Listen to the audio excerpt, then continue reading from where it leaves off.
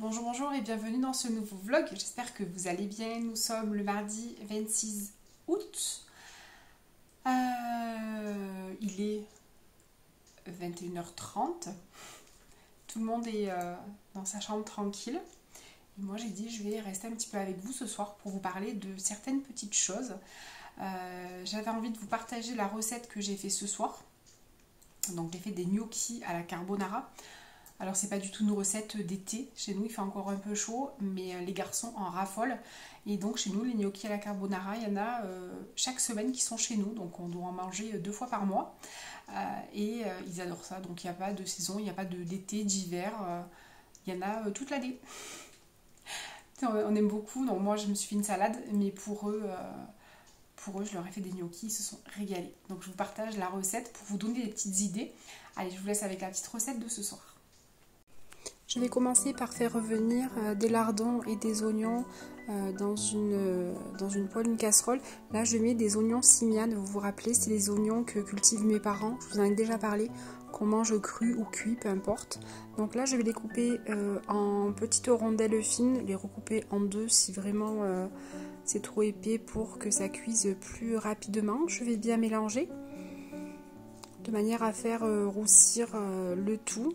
Et puis, une fois que tout est bien roussi, je vais rajouter une brique de crème fraîche liquide. On peut rajouter de la semi-épaisse aussi, comme on veut. Et là, on va bien mélanger. Au besoin, on peut rajouter aussi de la persillade. Là, j'en avais plus. Donc, je vais rajouter simplement de l'ail semoule. Mais sinon, j'aime bien la persillade de chez Lidl. Ail et persil, donc séché. Je rajoute et ça donne un goût aussi bien spécial. Là j'en avais pas, donc j'ai fait simplement avec de l'ail. On va laisser la crème épaissir tout doucement.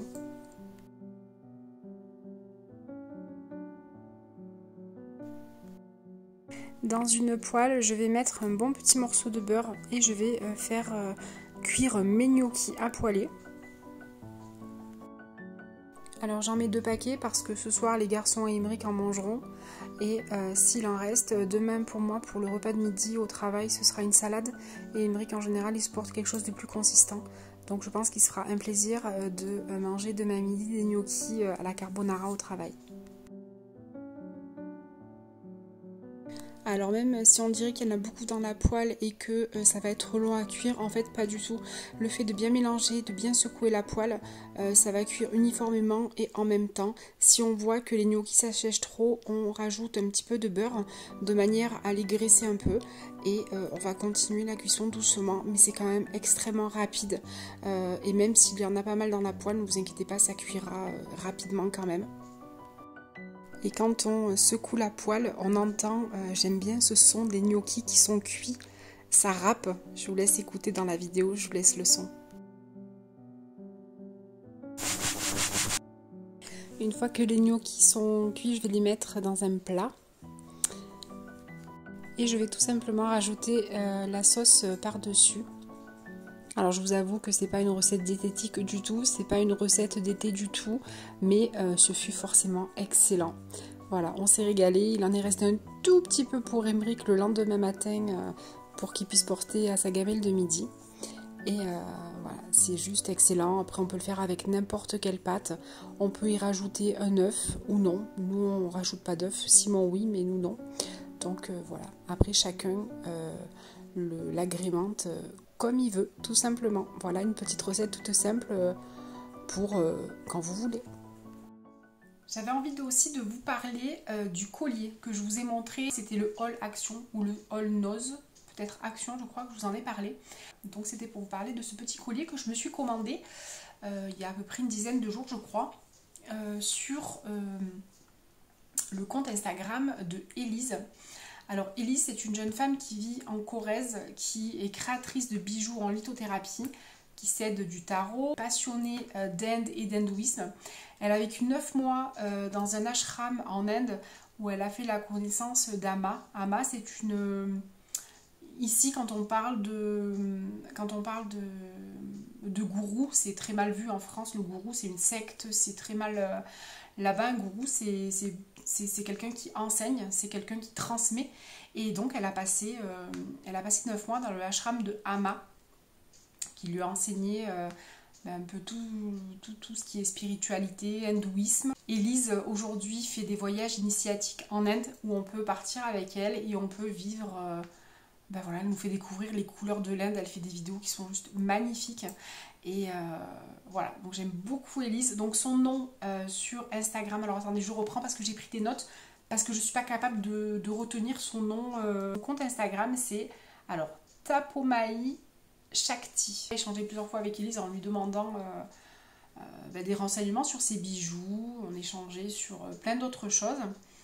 Et je l'ai connue, moi, c'était vers le confinement, où j'ai découvert vraiment la spiritualité, la lithothérapie. Et c'est à peu près à ce moment-là que je suis en contact avec Élise, où on a commencé un petit peu à discuter. Et j'ai toujours été fascinée par ses bijoux, parce que vraiment, elle fait des bijoux très fins. Donc elle fait des bracelets, des colliers, des malas. Elle fait plein de choses. Et voilà, donc j'avais dit un jour, je me ferai plaisir. C'est un petit budget quand même, et donc je me commanderai un joli petit collier ou un bracelet. Il y a peu de temps, j'ai envoyé un message à Élise en lui disant: écoute, je crois que j'ai besoin de toi, j'ai besoin de ton aide. On va rentrer dans une période de ma vie que j'aime, enfin, qui n'est pas forcément facile. Niveau travail, je manque de stabilité. Mon fils part en fac, donc il quitte le nid. Voilà, donc plein d'émotions. Mais c'est juste que il faut que je me recentre, il faut que je me pose. Et voilà, donc bien sûr, Élise a répondu présente. Elle m'a dit: écoute, il n'y a pas de souci, je vais t'aider, on va faire quelque chose toutes les deux. Et voilà. Donc elle m'a envoyé ce magnifique petit collier. Alors, soit on peut le porter, donc moi je le porte en ras de cou. J'aime beaucoup en ras de cou. Et après, vu qu'il a un petit lien coulissant, en fait on peut le porter en tirant simplement un petit peu dessus. Hop, on peut le faire descendre dans le décolleté. Et on peut l'avoir vraiment, vraiment long, quoi. Voilà, donc après on le porte vraiment à la longueur qu'on veut.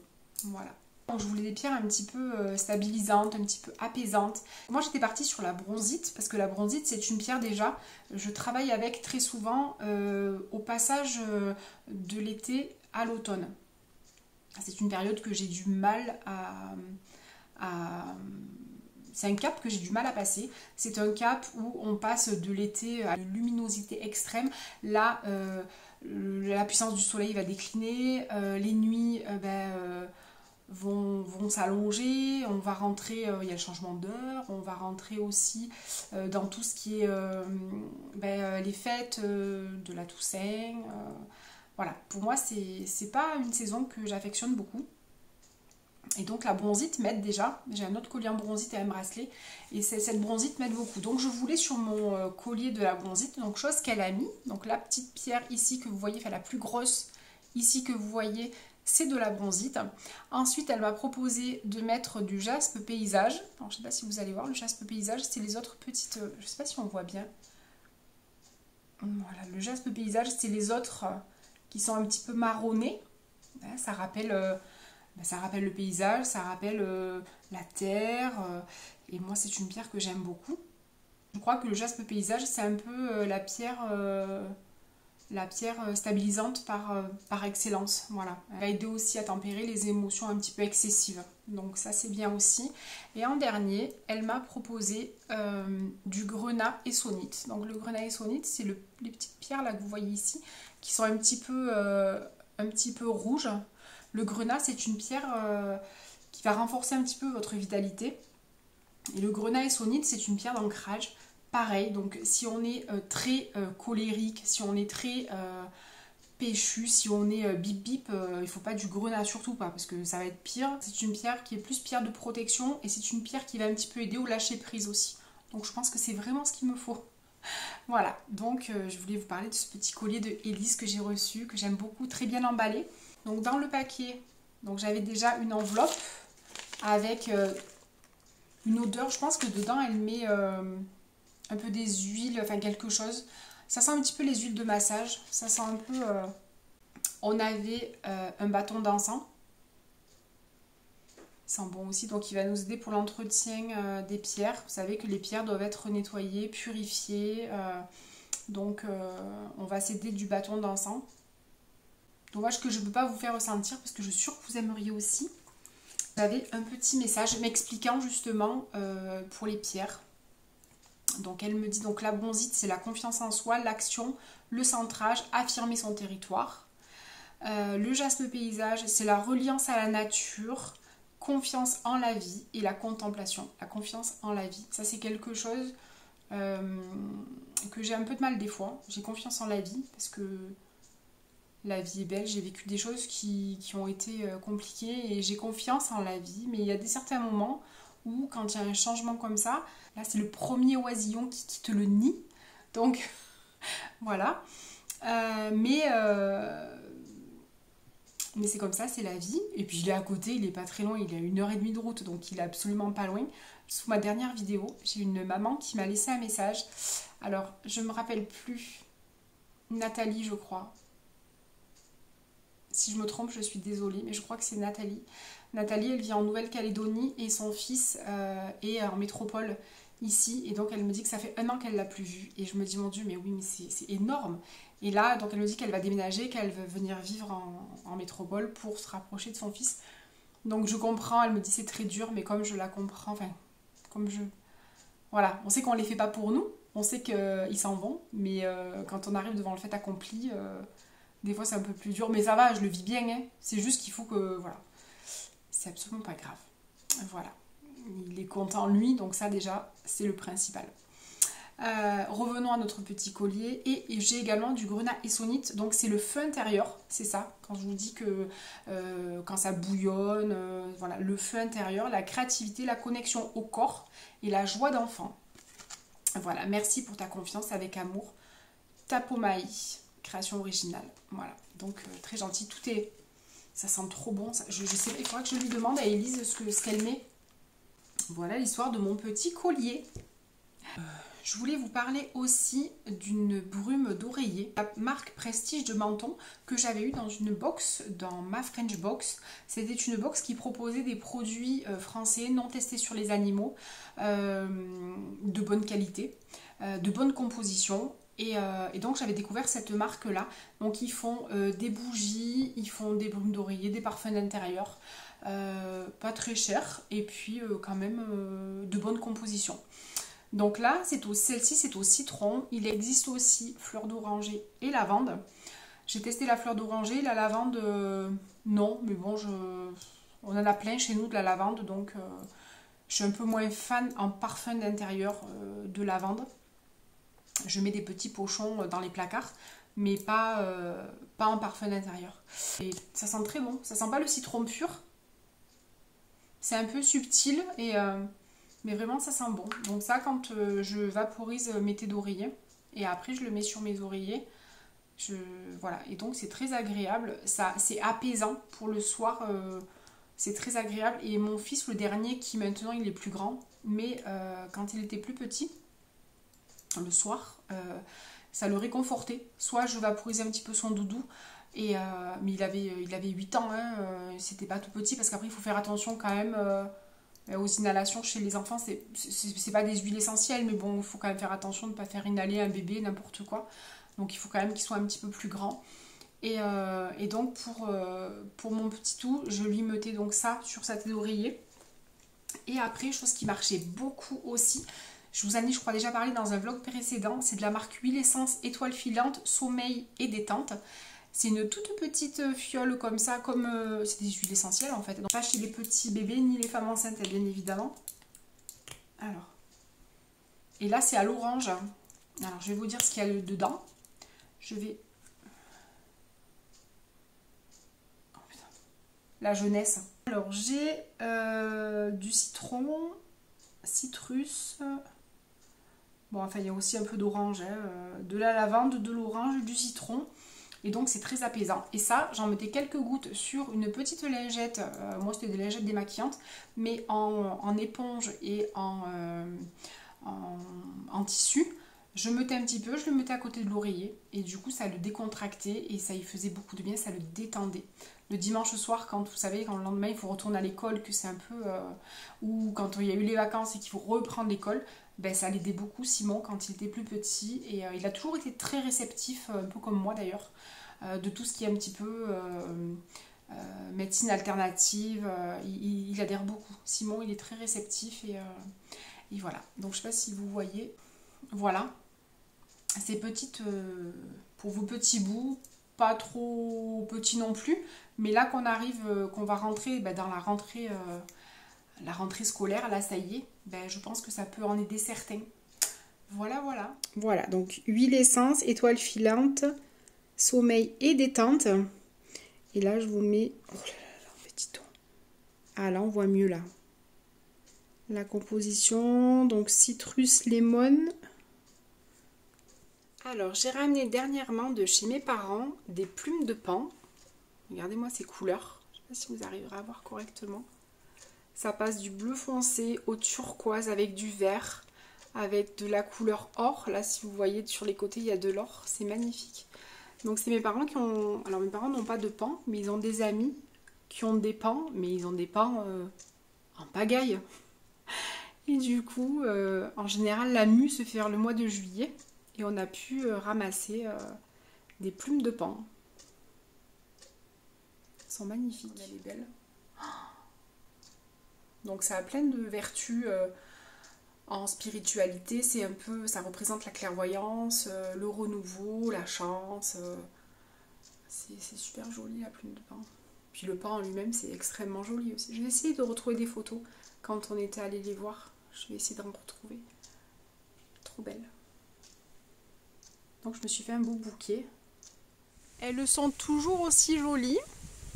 Elles ont maintenant 2 mois parce qu'on les avait achetées fin juin et on est fin août. Elles sont magnifiques. Alors c'est vrai que Emeric en prend hyper soin.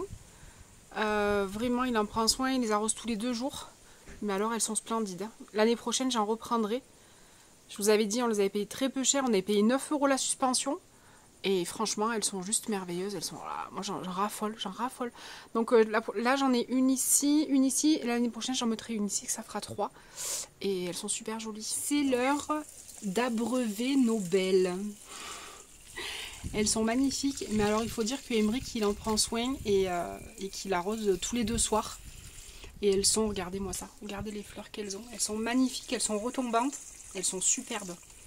Je vous mettrai une vidéo quand elles sont accrochées. Quand elles sont accrochées. Mais je pense que j'en ai une dans le...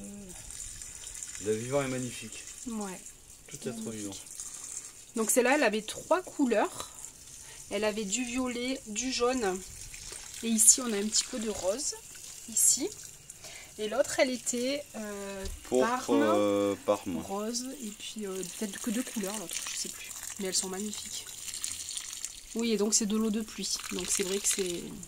C'est de l'eau de pluie parce qu'on a une cuve de 10 000 litres. Il y a une cuve qui récupère les gouttières et du coup on peut profiter de l'eau. Donc c'est vrai que c'est bien. Ouais, voilà. Comme ça, il n'y a pas de gaspillage. C'est ça. Elles sont magnifiques. Voilà.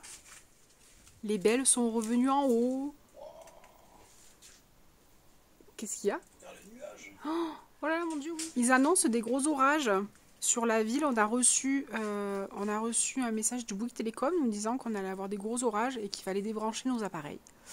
Et effectivement, c'est bizarre. Mais bon, après, le ciel est bleu partout. Et là, il y a un gros nuage sur le cousson. Ah, dis donc. C'est rigolo, c'est quand même un endroit, t'as vu? Ailleurs, c'est bleu partout. Là, on le voit un peu mieux. Il est énorme, hein. Où tu vas? Au banc. Au banc? On va au banc. Ah, c'est trop beau. Il y a les figues qui mûrissent, mais elles sont encore... Les figues, en général, c'est septembre. Elles sont encore un peu dures. Celle-là, les mûres. Ah, j'adore ça. Il y a plein dedans. Non, mais c'est bon, t'inquiète. Regarde. Petite figue. Trop bonne. Elles sont goûteuses. Ma maman, elle est originaire du Var. Et elle est originaire de Soliespont. Et Soliespont, c'est le pays de la figue. J'adore ça. Tu les vois, les nuages grossir. T'imagines la puissance qu'il y a là-dedans. Ouais. Est-ce que tu te rends compte que la surface, là, tout en haut du nuage, bientôt on sera en dessous. Dans 2-3 semaines, on aura des orages. Il manque, hein. Mais c'est pas encore la saison des orages pour nous. Au printemps, ça commence chez nous et ça finit dans le 0,5. Il y a une différence de couleur entre les deux nuages.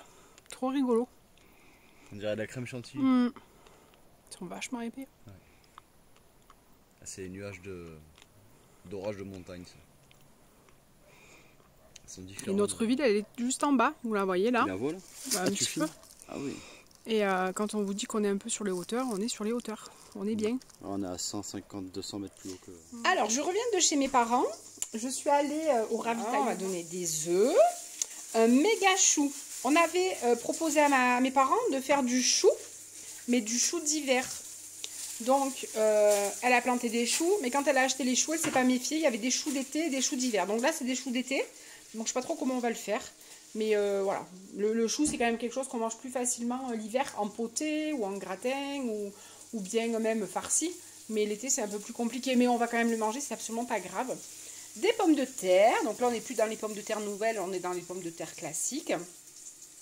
Dans un autre vlog, je vous avais parlé des pommes de terre nouvelles. Et des tomates du jardin. Alors, c'est des tomates, vous savez, les tomates du jardin, c'est toujours plus... Elles sont jamais parfaites, hein, mais qu'est-ce qu'elles sont bonnes. Elles ont une chair. Je vais faire une salade. Et je pense que ça va... je pense que elles vont être délicieuses. Et pour moi, je me suis fait tout simplement une salade de pâtes. Il me restait des pâtes. Donc, une petite salade de pâtes toute simple. Et avec des tomates du jardin de mes parents. Alors là, j'ai mis le pesto dessus, donc on ne voit pas trop. Mais elles n'ont pas de graines, il n'y a que de la chair. Elles sont trop bonnes. Donc voilà mon repas pour ce soir, tout simple.